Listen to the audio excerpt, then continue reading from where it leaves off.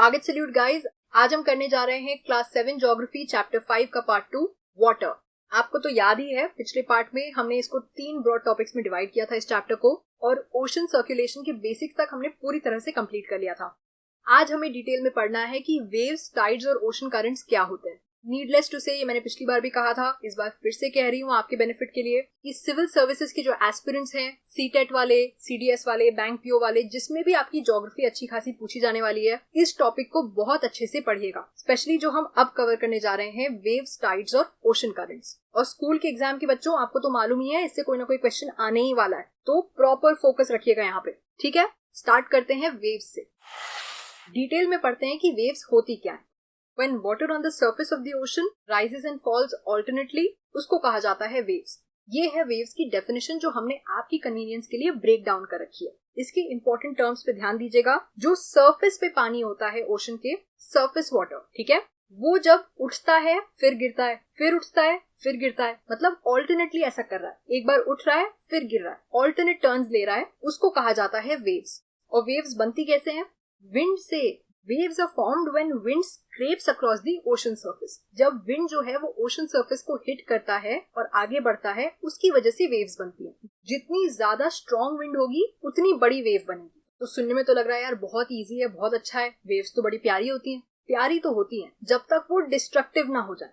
कोई भी चीज ज्यादा हो जाए तो प्रॉब्लम होती है ना। तो डिस्ट्रक्टिव वेव्स जो होती हैं वो बहुत खतरनाक होती हैं। अब आप ये देखो कि वेव्स जो हैं वो विंड पे डिपेंड करती हैं। तो जैसे ही विंड कुछ ज्यादा ही स्ट्रांग हुई या स्टॉर्म जैसा कुछ आने लग गया, तूफान आने लग गया, तो वो सोचो ऐसी विंड, इतनी तेज पावरफुल विंड वेव्स को क्या करेगी, कितनी खतरनाक डिस्ट्रक्टिव वेव्स बना देगी। इस प्रोसेस को हम समझ लेते हैं। कभी भी अगर स्टॉर्म आता है, तूफान आता है, तो विंड्स जो है वो बहुत ही तेज स्पीड में चलती हैं, है ना। तो ये हाई स्पीड विंड्स जो हैं ये बहुत बड़ी बड़ी वेव्स बनाती हैं। इस तरह की जो बड़ी वेव्स होती हैं ये बहुत ज्यादा डिस्ट्रक्शन कॉज करने का पावर रखती हैं। They can cause tremendous damage. लेकिन डिस्ट्रक्टिव वेव्स सिर्फ विंड से नहीं बनती। जब डिस्ट्रक्शन की बात आ रही है तो और भी फैक्टर्स आ जाते हैं। वो भी कहते हैं भाई हम क्यों पीछे रहें। तो यहाँ पे अर्थक्वेक, वॉल्केनिक इरप्शन या फिर अंडर वाटर लैंडस्लाइड, इनमें से कुछ भी होगा तो भी डिस्ट्रक्टिव वेव्स बन जाएंगी। क्या होता है, ओशन के अंदर, ओशन के नीचे जो एरिया है, वहां पे अगर अर्थक्वेक आया, या अंदर कोई वोल्केनो है जो इरप्ट हुआ, या अंदर कोई लैंडस्लाइड आया,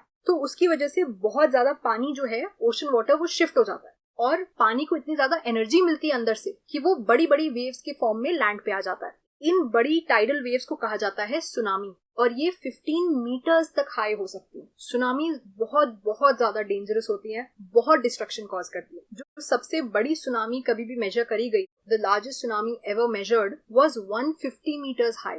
150 मीटर्स। अब हो सकता है आप इमेजिन ना कर पा रहे हो कि 150 मीटर्स कितना होता है। चलो कोई बात नहीं, लेकिन आपको ये तो मालूम है कि 6 फुट बहुत ज्यादा होता है। हम कहते हैं ना 6 फुट का आदमी है, मतलब बहुत लंबा है। 6 फीट बहुत ज्यादा होता है, ये हमको मालूम है। जिनकी भी हाइट हम ह्यूमंस में 6 फीट की हो जाती है, हमें लगता है अरे बाप रे, इनकी हाइट बहुत लंबी हो गई, ये बहुत लंबे हैं। अगर हम गूगल की माने तो अमिताभ बच्चन जी की जो हाइट है वो 6 फीट है, ठीक है, और आपने देखा ही है वो कितने लंबे हैं। तो अगर हम फीट को मीटर्स में कन्वर्ट करें तो 6 फीट का मतलब होता है 1.83 मीटर्स, ठीक है। तो ऑलमोस्ट चलो 2 मीटर लगा लो। जब 2 मीटर इतना लंबा होता है तो 150 मीटर इमेजिन कर पा रहे हो वो कितना लंबा होगा। इसका मतलब 75 से ज्यादा 6 फुट के लोगों को एक के ऊपर एक खड़ा करोगे तब जाके 150 मीटर्स बनेगा। तो नेचर जब डिस्ट्रक्शन पे उतरता है तो वो कोई मजाक नहीं होता। और इतनी हाइट का होना काफी नहीं है। ये जो वेव्स हैं ये बहुत ही तेज स्पीड में भी ट्रैवल करती हैं, ये मौका नहीं देती बचने का। These waves travel at a speed of more than 700 kilometres per hour. एक घंटे में 700 किलोमीटर्स का डिस्टेंस कवर कर लें, इतनी स्पीड होती है इनकी।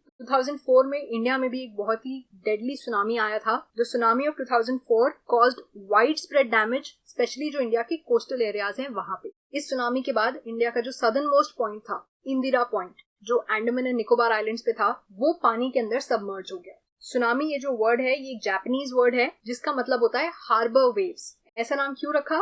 क्योंकि जब भी सुनामी आती है, जब भी ऐसी वेव्स आती हैं, तो जो हार्बर होता है वो डिस्ट्रॉय हो जाता है। हार्बर मतलब कोस्टल एरियाज पे जो वो जगह होती हैं जहाँ पे शिप्स खड़ी हो सकती हैं, उनको कहा जाता है हार्बर। सुनामीज जब भी आती हैं वो हार्बर्स को डिस्ट्रॉय कर देती हैं, इसीलिए सुनामी का मतलब होता है हार्बर वेव्स। 2004 का जो सुनामी था वो इंडियन ओशन में आया था ऑन 26 दिसंबर 2004। क्यों आया था? एक अर्थक्वेक की वजह से। उस अर्थक्वेक का जो एपिसेंटर था वो सुमात्रा के वेस्टर्न बाउंड्री के पास था। मतलब अर्थक्वेक वहां से स्टार्ट हुआ था। सुमात्रा इंडोनेशिया का एक आइलैंड है, उसका नाम है सुमात्रा। तो उसके वेस्टर्न बाउंड्री के पास ये अर्थक्वेक स्टार्ट हुआ था और इस अर्थक्वेक का जो मैग्नीट्यूड था वो था 9 ऑन द रिक्टर स्केल। हम पहले रिक्टर स्केल को डिस्कस कर चुके हैं। अगर आपको याद नहीं है तो आप वापस उस चैप्टर में जाके उसको रिवाइज कर सकते हैं। तो 9.0 का जो रिक्टर स्केल पे इसका मार्क आया, इसका मतलब ये एक्सट्रीमली डिजास्ट्रस अर्थक्वेक था, बहुत ही पावरफुल। ये अर्थक्वेक क्यों आया था? क्योंकि आपको मालूम है हमारा जो अर्थ का सरफेस है वो नीचे टेक्टोनिक प्लेट्स पे सिचुएटेड है। ये बात हम पहले डिस्कस कर चुके हैं कि अर्थ के सरफेस के नीचे, मतलब लैंड और ओशन दोनों के सरफेस के नीचे टेक्टोनिक प्लेट्स होती है और ये टेक्टोनिक प्लेट्स मूव करती रहती है, बहुत ही धीमे धीमे लेकिन मूव करती रहती है। तो जो इंडियन प्लेट है वो बर्मा प्लेट की नीचे चली गई थी, जिसकी वजह से ओशन फ्लोर में, सी फ्लोर में एक सडन मूवमेंट हुआ था और एक अर्थक्वेक आ गया था। ओशन फ्लोर डिस्प्लेस हो गया था अपनी जगह से बाय 10 to 20 मीटर्स और नीचे की तरफ झुक गया था। इसकी वजह से बहुत सारा ओशन वाटर डिस्प्लेस हुआ, जिसकी वजह से सुनामी आ गई। जैसा कि मैंने कहा, इंदिरा पॉइंट जो है अंडमान एंड निकोबार आइलैंड्स में, वो नीचे सबमर्ज हो गया था पानी के। तो आप इमेजिन कर सकते हो कि कितना डिस्ट्रक्शन हुआ होगा। 2004 की सुनामी के बारे में काफी सारी डिटेल्स आपके चैप्टर में दी हुई हैं। आप उसको एक स्टोरी फॉर्म में पढ़ सकते हो, जिससे आप समझ पाओ कि उस समय कितना डिस्ट्रक्शन हुआ था। ये आपकी जनरल अवेयरनेस के लिए, आपकी नॉलेज के लिए बहुत अच्छा है। नेक्स्ट हम आते हैं टाइड्स पे। अब टाइड्स क्या होती हैं, फिर से डेफिनेशन देखते हैं और उसको ब्रेक डाउन करते हैं। The rhythmic rise and fall of ocean water twice in a day is called a tide. पहला इंपॉर्टेंट वर्ड क्या है? रिदमिक, मतलब एक रिदम फॉलो कर रहा है, एक पैटर्न फॉलो कर रहा है। जैसे म्यूजिक में होता है ना, एक रिदम होता है, हैपहैजर्ड म्यूजिक नहीं होता है। वैसे यहाँ पे भी एक रिदम फॉलो हो रहा है जिसमें पानी उठता है और फिर गिर जाता है, और ये दिन में 2 बार होता है। इसको कहा जाता है टाइड। 2 तरह की टाइड्स होती हैं, हाई टाइड और लो टाइड। तो अब ये क्या होती हैं? What is high tide? जब पानी अपने हाईएस्ट लेवल पे राइज करता है और काफी ज्यादा शोर का एरिया कवर कर लेता है, काफी आगे तक आ जाता है, उसको हम कहते हैं हाई टाइड। और जब पानी अपने लोएस्ट लेवल पे राइज करता है और शोर से वापस चला जाता है, it recedes from the shore, तो उसको कहा जाता है लो टाइड। इसको और अच्छे से समझने के लिए हमें ये समझना पड़ेगा कि टाइड्स होती क्यों है, व्हाई आर दे कॉज्ड। सन और मून, ये जो 2 बॉडीज हैं, इनका भी ग्रेविटेशनल फोर्स होता है, आपको मालूम है। जैसे अर्थ का है वैसे सन का भी है और मून का भी है। तो सन और मून का जो स्ट्रॉन्ग ग्रेविटेशनल पुल होता है अर्थ की सरफेस पे, उसकी वजह से टाइड्स कॉज होते हैं। मतलब अगर मून भी खींच रहा है अपनी तरफ और सन भी खींच रहा है अपनी तरफ, तो जो ओशन का पानी है वो उस ग्रेविटेशनल पुल को महसूस करता है और उसकी वजह से राइज करता है या फॉल करता है, एंड दैट कॉजेज टाइड्स। तो अब प्रिसाइजली देखते हैं कि हाई टाइड्स बनती कैसे। The water of the earth which is closer to the moon gets pulled. Moon की तरफ जो पानी फेस कर रहा होता है वो मून के ग्रेविटेशनल फोर्स की वजह से एक पुल महसूस करता है और उसकी वजह से राइज करता है, and that causes high tides. तो आप सोचो वो ग्रेविटेशनल पुल कितना स्ट्रांग होगा कि वो पानी को अपने हाईएस्ट पॉइंट तक उठा देता है। और कभी जब फुल मून होता है, मतलब पूर्णिमा होती है, या फिर इवन जब न्यू मून होता है, मतलब अमावस्या होती है, उस दिन क्या होता है, सन, अर्थ और मून ये तीनों सेम लाइन में हो, ऐसे इंक्लाइंड होते हैं कि तीनों सेम लाइन फॉर्म करते हैं। तो अब अगर ऐसा स्पेशल अरेंजमेंट हो रहा है तो उसका कुछ ना कुछ स्पेशल इफेक्ट तो होगा ना टाइड्स पे। क्या होगा? ऐसे दिनों पे, इन 2 दिनों पे द टाइड्स आर हाईएस्ट, मतलब इससे ज्यादा हाई टाइड कभी नहीं होती। पूर्णिमा के दिन और अमावस्या के दिन सबसे हाईएस्ट टाइड्स होती है और इनको कहा जाता है स्प्रिंग टाइड्स। ये सब एग्जाम में आने ही वाला है, अच्छे से याद कर लेना, पूरे कॉन्सेप्ट को समझ लेना। What are spring tides? They are the highest tides which are formed on full moon and new moon. और ऐसा क्यों होता है? क्योंकि सन, अर्थ और मून तीनों सेम लाइन में अलाइंड होते हैं।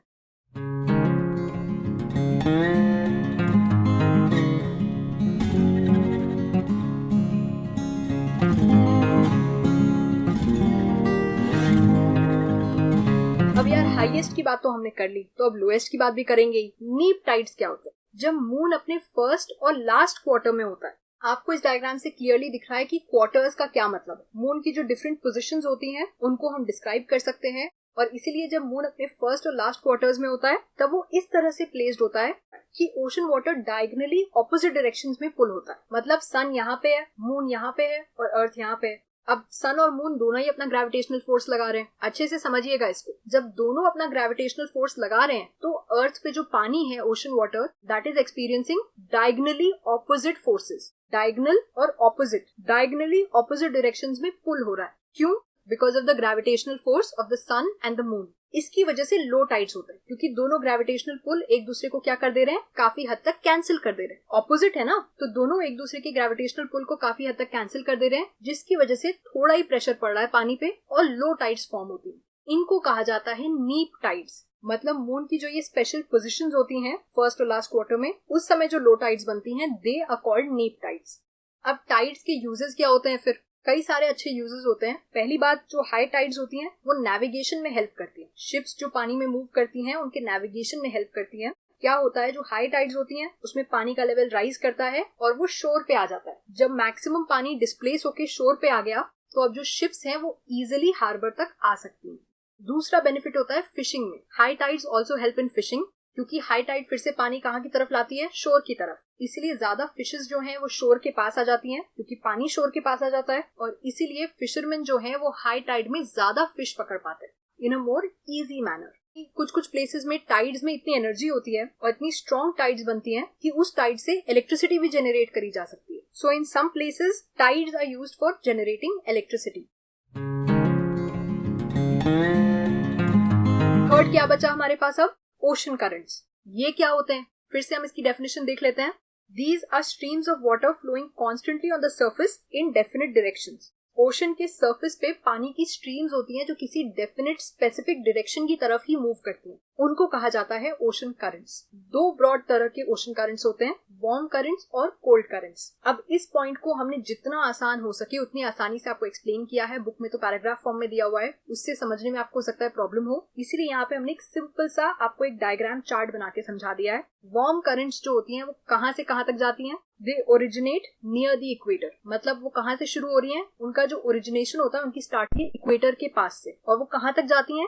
They move towards the poles. उनका जो डायरेक्शन होता है वो पोल्स की तरफ होता है। ये बात हो गई वार्म करंट्स की, और ये लॉजिकल भी है क्योंकि सबसे ज्यादा गर्मी इक्वेटर के पास होती है और पोल्स तक जाते जाते ठंडा होने लगता है। तो जो वार्म करंट्स हैं वो कहाँ से स्टार्ट होंगी? ऑब्वियसली गर्म जगह से स्टार्ट होंगी ना। तो इस तरह से आप इसको याद रख सकते हो। फिर कोल्ड करंट्स की बात करेंगे तो ये कहाँ से स्टार्ट होती हैं? They carry water from the polar regions of the higher latitude regions. Higher latitudes मतलब 0 डिग्री लैटिट्यूड तो इक्वेटर हो गया। जैसे जैसे आप पोल की तरफ जाते हो लैटिट्यूड्स का जो नंबर है वो बढ़ता जाता है। तो जो पोलर रीजन के पास के लैटिट्यूड्स होते हैं उनको कहा जाता है हायर लैटिट्यूड रीजन्स, क्योंकि वहां पे लैटिट्यूड का जो नंबर है वो ज्यादा हो जाता है। तो कोल्ड करंट्स जो हैं वो वहां से स्टार्ट होती हैं। They carry water from the polar regions या फिर हायर लैटिट्यूड रीजन्स, और वो कहाँ की तरफ मूव करती हैं? They carry this water towards the tropical और लोअर लैटिट्यूड रीजन्स। मतलब जो गर्म एरियाज हैं, लोअर लैटिट्यूड रीजन्स हैं, इक्वेटर के पास के रीजन्स हैं, वहां तक पानी लेके जाती हैं। दोनों का डायरेक्शन आपको क्लियर हो गया? बहुत ही सिंपल वे में हमने आपको समझा दिया है। कोल्ड करंट का हम एग्जांपल लेते हैं, द लैब्राडोर ओशन करंट, ये एक कोल्ड करंट है। इसी तरह से द गल्फ स्ट्रीम, ये एक वार्म करंट है। So these are two examples of currents. एक कोल्ड करंट है और दूसरी वार्म करंट है। ये आपकी बेसिक्स की अंडरस्टैंडिंग के लिए बहुत ज्यादा इंपॉर्टेंट है। यहाँ पे एक और बहुत ही इंपॉर्टेंट पॉइंट है, आपको मालूम है ओशन करंट्स भी किसी भी एरिया के टेम्परेचर को इफेक्ट करती है। So the temperature conditions of the area are affected by the ocean currents in that area. Warm currents जो होती हैं वो लैंड के ऊपर वार्म टेम्परेचर लेके आती है। तो आप इमेजिन भी नहीं करते होगे कि जो हमारा टेम्परेचर है हमारे एरिया का वो ओशन करंट्स पे भी डिपेंड करता है। अच्छा, यहाँ पे मैं आपको एक और इंटरेस्टिंग क्वेश्चन का आंसर देती हूँ। यार वार्म करंट्स ऐसे जा रही हैं, कोल्ड करंट्स ऐसे आ रही हैं, ठीक है ना? तो कभी ना कभी वो मिलती तो होंगी। तो जब वार्म और कोल्ड दोनों करंट्स आपस में मिल रही हैं तो क्या होता है? कुछ ना कुछ इंटरेस्टिंग तो होता ही होगा। तो आइए देख लेते हैं। दो चीजें होती हैं। Areas where warm and cold currents meet, वहां पे वर्ल्ड के सबसे अच्छे फिशिंग ग्राउंड्स होते हैं। ये कहाँ पे पाए जाते हैं? जनरली जापान के आसपास और नॉर्थ अमेरिका की ईस्टर्न कोस्ट पे, जो ईस्ट साइड वाला कोस्ट है नॉर्थ अमेरिकन कॉन्टिनेंट का, उस साइड पे। यहाँ पे वार्म और कोल्ड करंट्स आपस में मिलती हैं, जिसकी वजह से they form some of the best fishing grounds of the world. यहाँ पे सबसे अच्छी मछली पकड़ी जा सकती है। इसका दूसरा इफेक्ट ये होता है कि the areas where warm and cold currents meet, उन एरियाज में काफी फॉगी वेदर भी होता है, जिसकी वजह से नेविगेशन मुश्किल हो जाता है। जो शिप्स जो है वो पानी में मूव करती हैं, तो शिप्स का पानी में मूवमेंट मुश्किल हो जाता है। क्यों? क्योंकि वहां का जो वेदर है वो फॉगी हो जाता है। वार्म एंड कोल्ड करंट्स के मिलने से एक फॉगी वेदर कॉज होता है which affects navigation. It makes navigation more difficult.